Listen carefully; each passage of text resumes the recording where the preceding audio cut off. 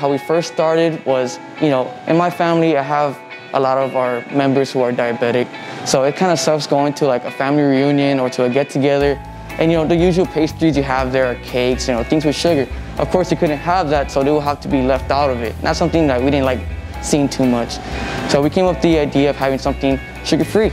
Not only my family suffer, I'm sure there's many people in the valley who also have diabetics in their families, and they want to include them in there in those pastries and stuff. So we have a large variety of products to choose from. As you can see behind me, there's many different products that we have to offer. Not only just cupcakes how it was back then. Of course, we're probably known for our donuts. We have cookies, cupcakes, even cheesecakes now. So we first opened up in Harlingen in 2018. We've been there for about, right now, counting 2 years and more. We moved to the city of Edinburg, not only because a lot of our clientele will come from over here, but we know that all over the valley, people are doing keto, and people who cannot have any sugar look for our products. Our product works for anyone, not only just people doing keto.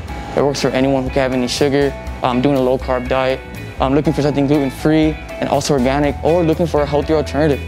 We offer a lot of that, not only just keto.